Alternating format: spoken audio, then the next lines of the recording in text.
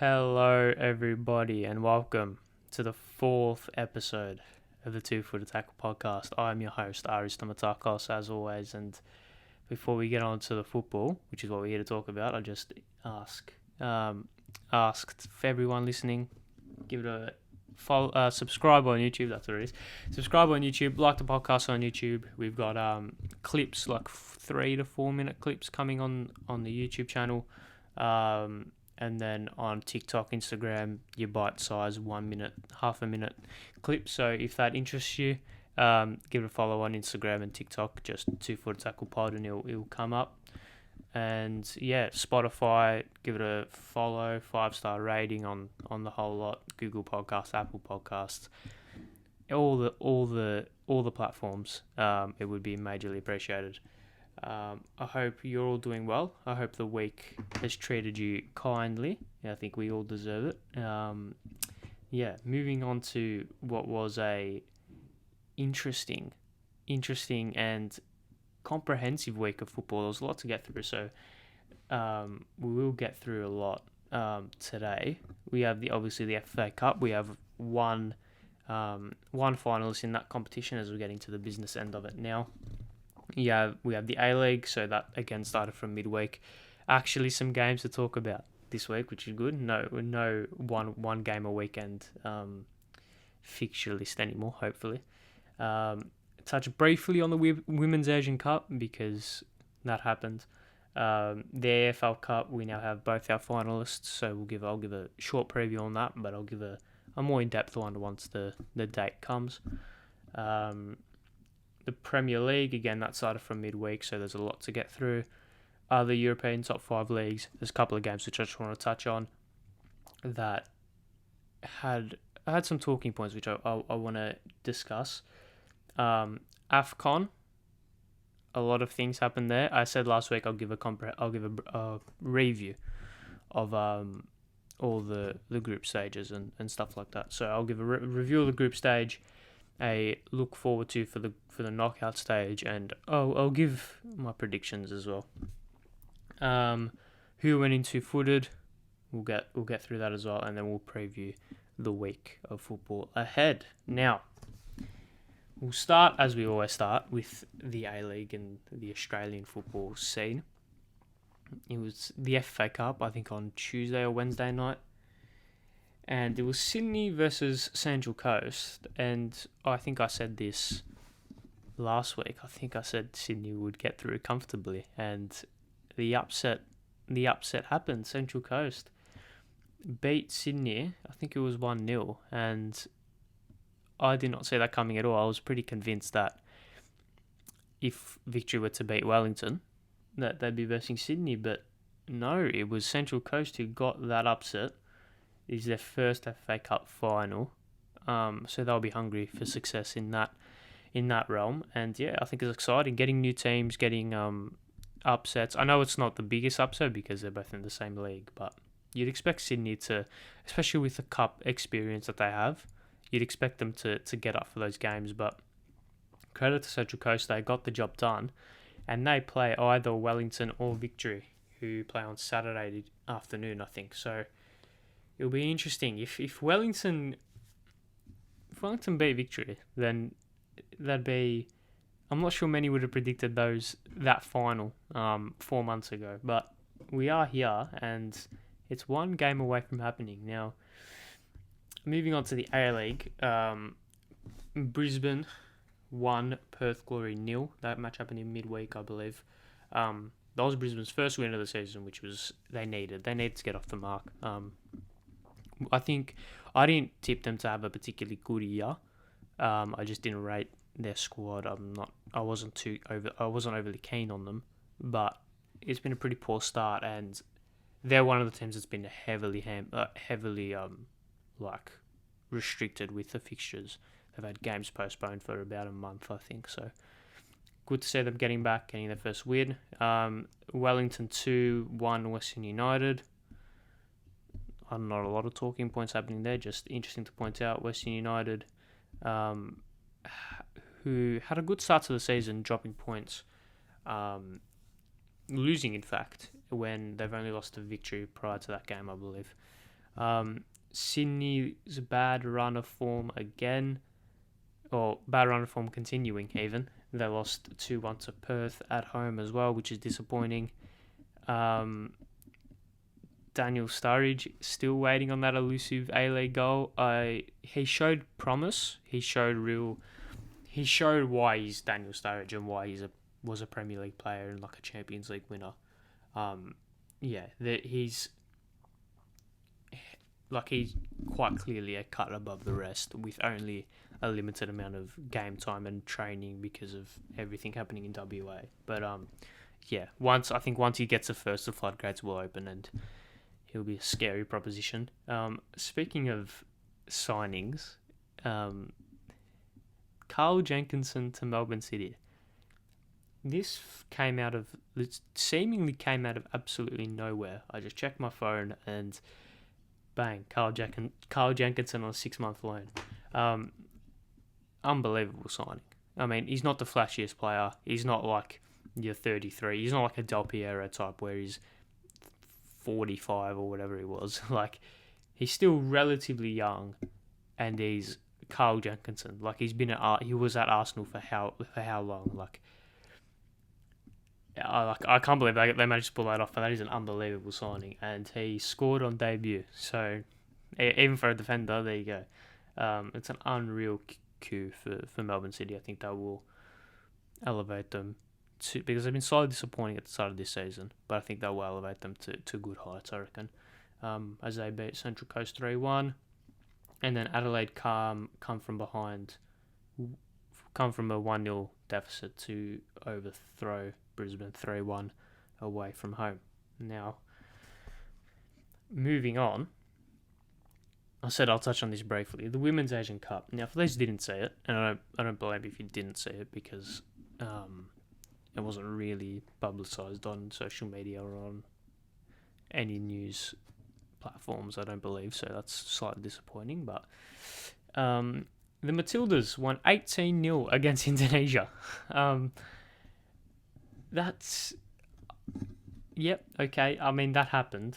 Sam Kerr scored 5 and Van Egmond scored 4. It's like a footy score. Like, Kerr with a bag of 5. Like, what the... Like, I was just looking at the goals go in and in and in. I was like, oh, what on earth is happening? We have a real flat track bully about us. I think Australia. I think, obviously, 18-0 against Indonesia. 31-0 against America Samoa. I think we beat Tonga like 23-0. Something like that, in that same block of fixtures back in 2001 or whatever it was. 18-0. That's beyond the smashing. Like, when you think like a demolition, you think like 8, 9, maybe even 10-0. 18-0 is. I don't think I've played in a competitive game that's had 18 goals scored in it from both teams, let alone Women's Asian Cup 18-0 loss. Just thought that was interesting to point out. Moving on, I forgot to mention the A-League ladder. Victory still top, Melbourne City now behind them. Brisbane rooted to the bottom of the table with 5 points. Newcastle using them as a flotation device. They are on equal points, but they have 2 games in hand, so they should be okay. So Sydney drop out of the finals race, which is interesting as well, considering their dominance over the past 2 seasons. Now, moving away from home soil, moving abroad, the EFL Cup, we now have our finalists, Liverpool versus Chelsea, at Wembley. Liverpool were just too good for Arsenal on the day, 2-0. Diogo Jota with a very good performance who basically just saw them comfortably go through. I thought Arsenal were going to put up a little bit more of a fight considering how valiant they were in the away leg. But no, Diogo Jota ripped the game apart, and I think that shows the quality that he has, because he's obviously not a Mane, not a Salah, but he has like the confidence to take a game by the scruff of the neck and just win it. Like, just win the game for Liverpool. In a high pressure game, that's you need those players in your side. So there you go. Quick preview. I know it's been Chelsea versus Liverpool has been very cagey affairs. Sorry, the first game was very cagey at Anfield this season. Obviously ended the 1-1 with a red card, so you can't really take a lot of hints out of that game, especially the second half. Whereas the second game at Stamford Bridge, the 2-2, was thrilling from start to finish. So who knows how this AFL Cup tie or the AFL Cup final will pan out. It's the first time Liverpool have been in a domestic cup final for a fair while, I think. I can't actually remember the last time they were in a domestic cup final. Obviously, they've been in Champions League finals and whatnot. But Chelsea, this is their first AFL Cup final appearance since the penalty shootout loss to Manchester City, I believe.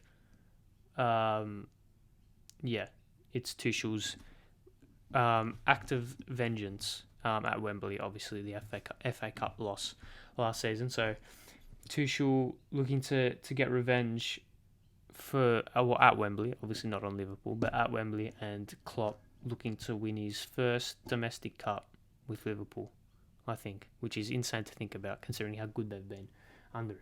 Now, moving on to the league, we've got a lot to get through. We'll start from midweek. Now, Spurs, we'll get onto the Chelsea game because I want to speak about that in depth, but they trailed Leicester with, I genuinely think it was about 30 seconds to go. They were losing 2-1 away from home at Leicester, and you think, oh God, here we go. It's Spurs all over again. Yet, they somehow scramble home an equaliser. Steven Bergwijn just got a goal from nothing. Matt Doherty created some havoc in the box, and Bergwijn was there to just poke it home. And you think, oh, there you go. They salvaged a draw. Last minute goal. There you go. That's the end of it. But no. They somehow win the game from nothing. It was off the kickoff. Yuri Tielemans gives away the ball pretty lackadaisically. Uncharacteristic from Tielemans, who, in my opinion, is a class footballer. So, disappointing from him. But it was a gorgeous ball from Harry Kane to Bergwijn, who really had no choice other than to round the keeper. And he executed perfectly, snuck in at the back post, and pandemonium in North London. Unbelievable scenes.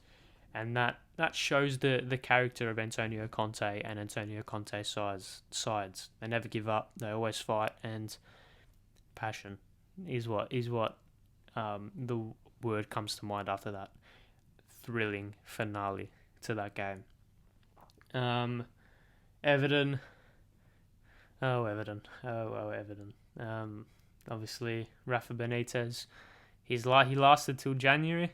I was surprised. I thought he'd do a good job, but I thought the fans would have roundly sounded him out before now. But it was poor from pretty much the start of the season, and I don't see any reason why. I can't think of a valid reason why they should have kept him. It was a clear error on the part of the board. They should never have brought him in. He was never going to be the right fit. He was never going to bring success to that club. Even though he's a good manager, it just doesn't fit. Like sometimes you can't. It just doesn't work. And I think this was a clear example of that. I don't want to touch on Everton too much because it's just not that fun because they're not that good, and there's no real. Obviously, I don't think they'll go down. I think we'll touch on the other results which have now dragged them into a relegation fight. But I think with Richarlison, Calvert-Lewin, Alan, Doucouré, Pickford, Godfrey, Mina, like these are good players. Like there's 3 worse teams in the league than them, right? Newcastle with a big win in the relegation scrap over Leeds. Was it Leeds? It was Leeds. That was it was Leeds. It was bizarre the way that Newcastle have conducted themselves over the last month, because once the new owners come in, you immediately think, oh, they're going to sign 3 world-class players in January. It hasn't panned out that way. Obviously, Trippier and Chris Wood are decent signings. They're okay signings. Especially Trippier, who has a lot of Premier League experience, has World Cup experience, can really nurture that defence and really be a leader there. And Chris Wood, obviously, proven Premier League goal scorer. But something just hasn't ticked for me yet in regards to Newcastle. Hopefully they can prove me wrong and they can get to a place where they're comfortable, because the league's richer, both metaphorically and literally, with them in the league. So you'd want to see them stay up. United leave it late, play well but leave it late against West Ham, I wrote on my run sheet. So it was a last kick of the game goal from Marcus Rashford to salvage a win against West Ham, who put here big ramifications for top 4. I think that's perfect. A perfect way to surmise that game. I think if United lost that game, their top 4 hopes would have ever so slightly slipped away from them. They've clawed their way to 3 points and they've clawed their way back into that fight. So there you go. Credit to them. On the other side of Manchester, not so much delight as Southampton take points away from Manchester City. Now, last week I said, and I quote, City won't drop points again this season. How wrong was I? Literally the next game, Southampton draw and potentially could have even beat Manchester City in that game.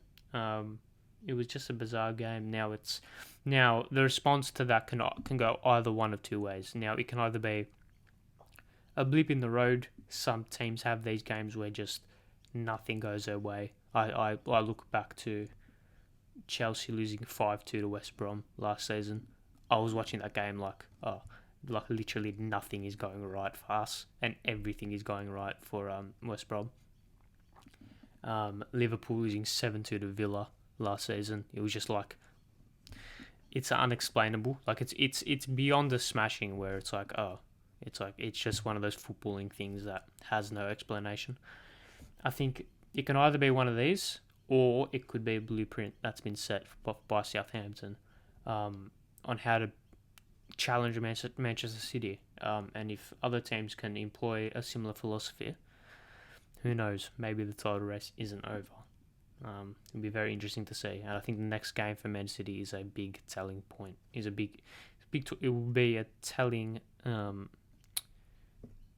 a telling game in the way that they respond to this dropping of points. Liverpool Crystal Palace 1, Liverpool 3. Again, just Liverpool too good.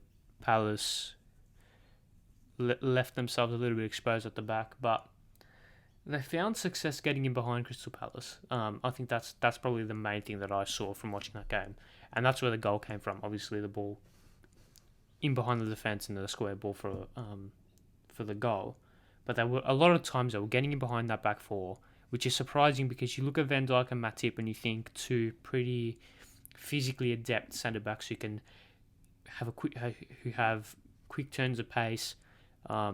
And are really aware of the game around them. But Crystal Palace, with the pace, got in behind them quite a fair bit. And again, that's potentially another blueprint set by a lower team on how to challenge these top sides. So, obviously, in that game, there was a dodgy VAR decision, which ended the game. I think it was in the last 10 minutes. Jota goes down. It's never a penalty. I think that's a consensus. But it was given.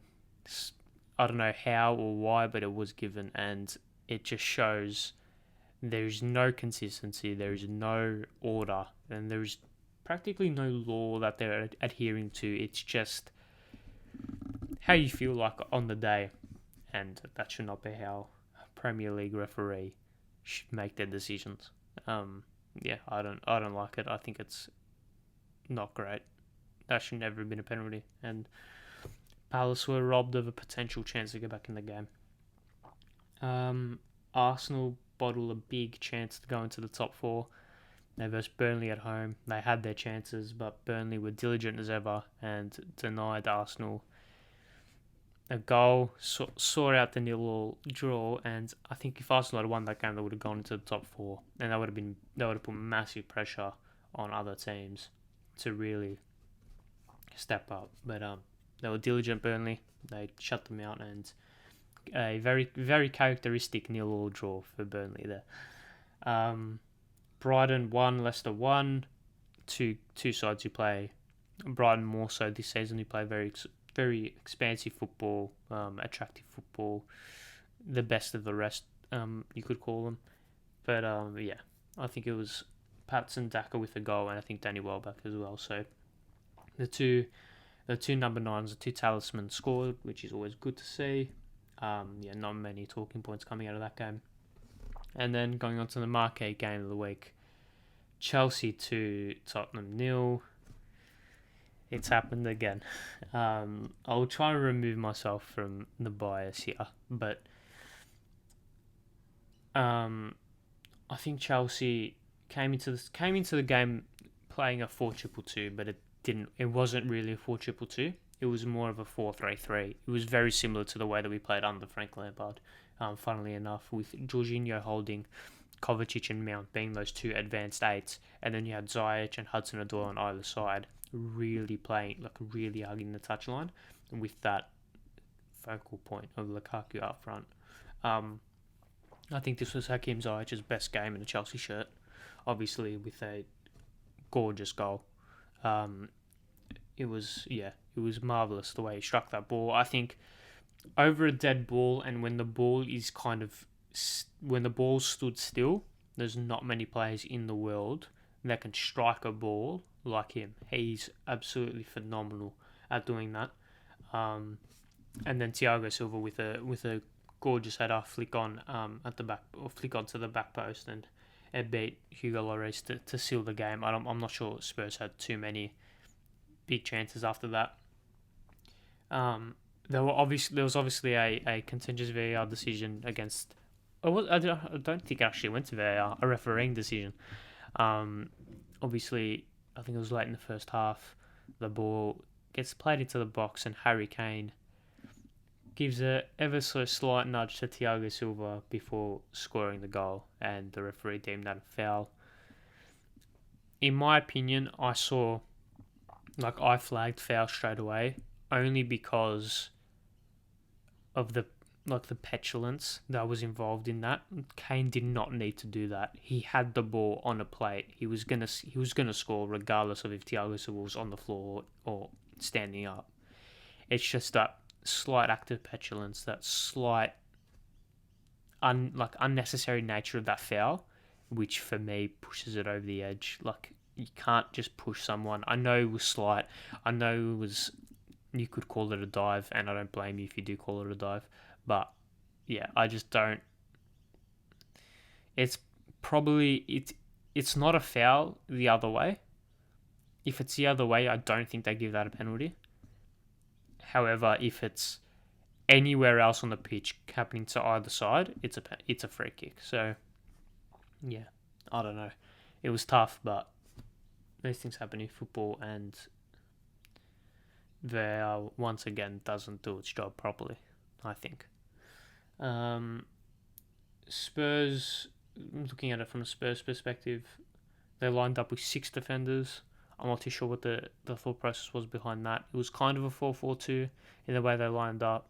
Sessegnon obviously can play that left wing role, but he's probably a left back or a left wing back by trade. But yeah, I'll tell you what they need: a progressive passer. not even a progressive passer, just a midfielder that can carry the ball forward. If Spurs had Mateo Kovacic on that pitch, it's a completely different game, because he's exactly what they need. That player that can take the ball, has the confidence to break through a line, through a good pass, or through just taking the ball forward, just carrying the ball forward. They lack that real penetration going forward, and they rely on Kane to really create a lot. I don't see it working in the long term. And I think that's a message from Antonio Conte to the board. I need signings, because I literally cannot take this side where you want it with these players. So it will be interesting to see if they do get who they get in the summer and potentially even January. Moving over, I think that we're done for England. So moving across down to the Mediterranean with the Spanish league. Now, Atletico Madrid come from behind very dramatically to beat Valencia to stake their claim in the top four. Goals from Angel Correa in the 91st minute and Mario Hermoso in the 93rd minute to win 3-2. And I think that, again, like we spoke about, the characteristic of an Antonio Conte side with that game against Leicester. And this is a characteristic of the Diego Simeone side. Never give up till the final whistle. It was good to see. They've experimented with the 3-5-2 this season, Atletico Madrid, but the results have been looking like their traditional 4-4-2 is better. That 3-5-2 has the same principles as a 4-4-2. It's very, very stringent, very solid in defense. It relies on that directness and that real individual brilliance. I don't want to call it that, because they're obviously a good enough side to create chances on their own, but their main focus is to stop teams rather than score. I think the 4-4-2 just provides a more balance. It does cover the most amount of air, it covers the most area on the pitch, that formation. In defence, you can be versatile with it. You can play it in a low block, in a high block. You can drop that second striker. You can drop a midfielder. You can push the wingers up. It's a lot more versatile than the 3-5-2. And I think they're going to stick to that for the near future, because the 3-5-2 this year hasn't looked as Atletico Madrid like. It hasn't looked as Diego Simeone like as the 4-4-2. The other side of Madrid, Real Madrid, did come from behind as well. Now, not to win, to draw against Elche. I think that's how you pronounce it. I'm not Spanish, so I don't know. A Modric penalty in the 82nd minute and an Eder Militao goal in the 92nd minute secured a point. That puts them 4 points clear of Sevilla in the title race. I'll be very shocked if they bottle it from here, because Barcelona aren't a threat, nor Atletico Madrid, and Sevilla don't have that experience in those title winning scenarios that Real Madrid do. I think they've got their league home. I think they're home and hose in that league. Going to Italy, so staying in the Mediterranean, funnily enough. Inter with a 90th minute winner, Edin Dzeko against Venezia. That puts them 4 points clear. I had to work out. I had to do some maths. So Napoli on 49 points and then Inter on 53. So they're 4 points clear with a game in hand.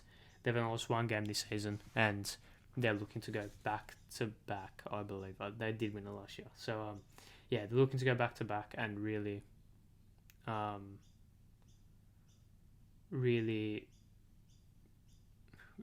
reclaim their throne on Italian football. Nothing that notable happened in France or Germany, so I think we'll leave it at that for the European leagues. Now, moving on to the African Cup of Nations. Now,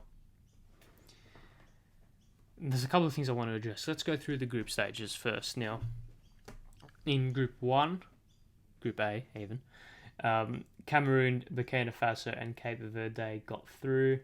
I don't think there's many shocks there. I think Ethiopia were the whipping boy of that group. I'm not sure. There was a lot of expectations on them.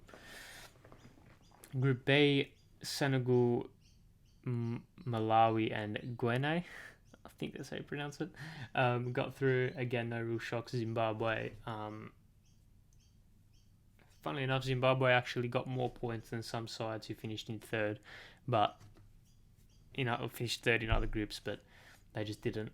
But they were a little bit unlucky in that case. Group C, Morocco, Gabon, and Comoros, with Ghana missing out. Now, I want to touch on this because I said that Ghana were my dark horse heading into the tournament. How wrong was I? They only got 1 point from that group, and Morocco and Gabon, who were expected to go through, but I think Ghana were as well. Yeah, there you go. We can't always be right, as they say. In Group D, Nigeria, Egypt, and Sudan. Nigeria and Egypt go through. Sudan don't go through because they didn't have enough points.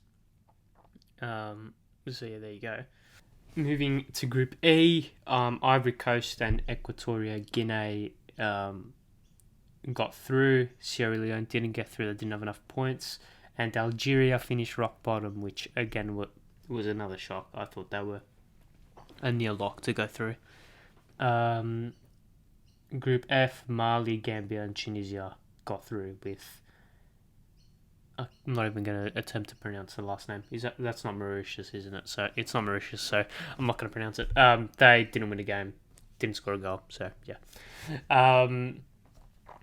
Before I go through the two knockout games that happened, I'm not sure many people saw this, but Comoros play Cameroon they would have already played Cameroon as you're listening to this. But you will notice, if you go back and watch that game, their goalkeeper isn't actually a goalkeeper. Now, the Athletic UK reported that Comoros, and I quote, Comoros will have to play an outfield player in goal for the African Cup of Nations knockout game against Cameroon on Monday, as all three of their goalkeepers are unavailable. Now, going into the article, it says there were 12 cases of the COVID within the squad, with two of Comoros's three goalkeepers testing positive. Their third keeper is out injured, and their head coach also tested positive for the virus. Now, this is the most African Cup of Nations thing I've ever seen in my life. I thought we couldn't get more AFCON than the referee blowing the whistle in the 85th minute for full time, but we've somehow done it. This is the most bizarre thing I've ever seen in any tournament ever. They're playing an outfield player in goal. The Comoros assistant coach confirmed, "We have already chosen an outfield player who will start as keeper. It's a player who during training sessions has shown that they can play as a keeper." Now, they only have 12 of their 25-man squad available. So, if you will know the result of this game by the time you listen to this. I don't. If Comoros don't concede a goal, Cameroon should forfeit. I don't care if they win on penalties; they should forfeit the tournament. This is so bizarre, so mind-blowing, so just what the hell, and yeah. Unbelievable. I can't even explain how daft that is.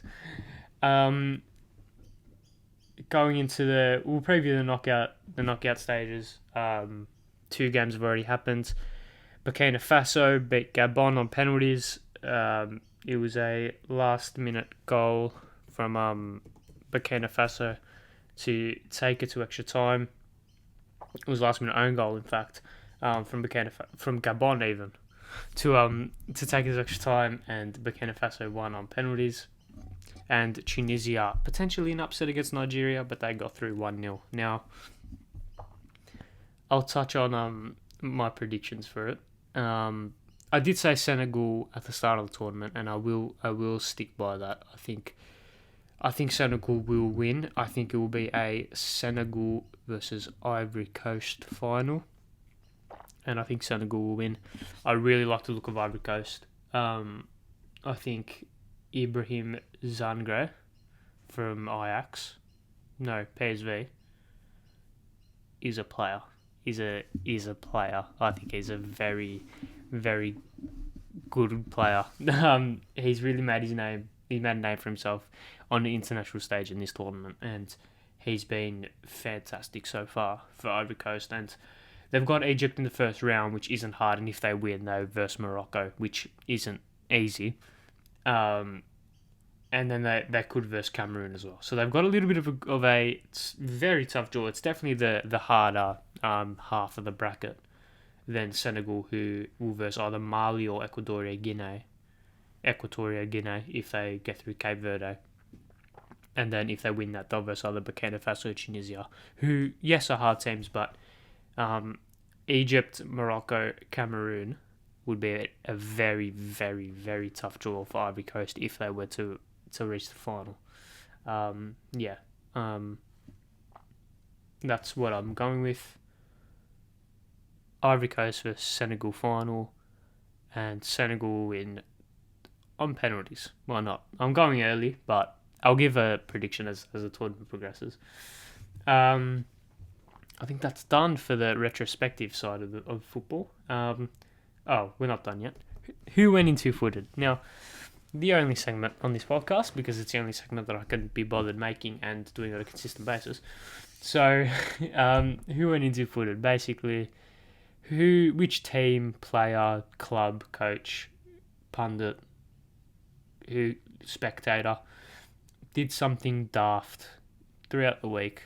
Who did something just completely dumb? And this team didn't do something dumb. They just did something that is very, very Spursy. And the team is Spurs.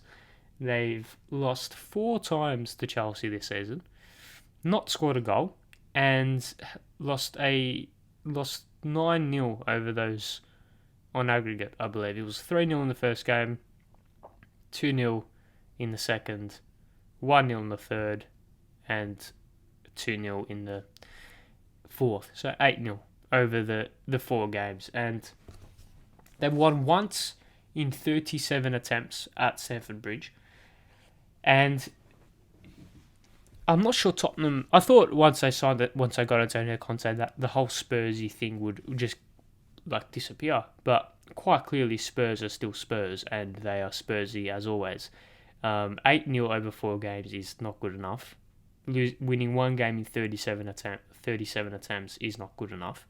And it's just so Tottenham.